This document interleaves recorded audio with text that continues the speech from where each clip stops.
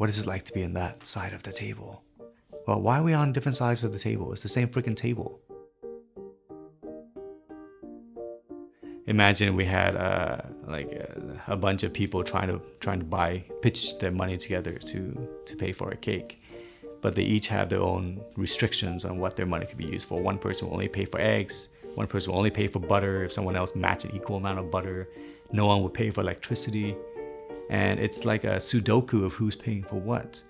And that is an exercise that we would like funders who don't believe in unrestricted funding to do, just to illustrate to them just how ridiculous restricted funding is. It wastes our time.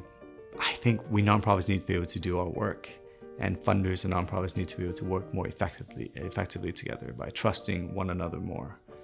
And many of the things that we have been used to are archaic and ineffective.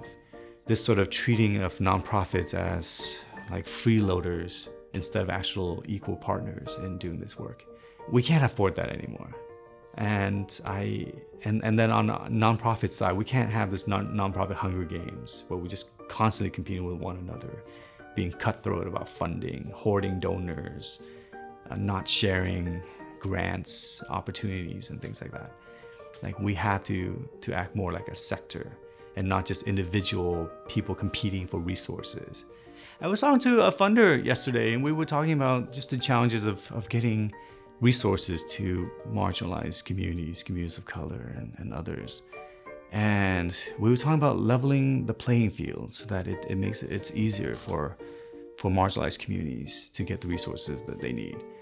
And then I had this epiphany, which is that is the wrong question to ask. We should not be leveling the playing field. The playing field will never be level. So if we really want to get resources to marginalized communities, to the LGBTQ communities or the indigenous communities, then we need to create just a fund specifically that can only be accessed by these communities.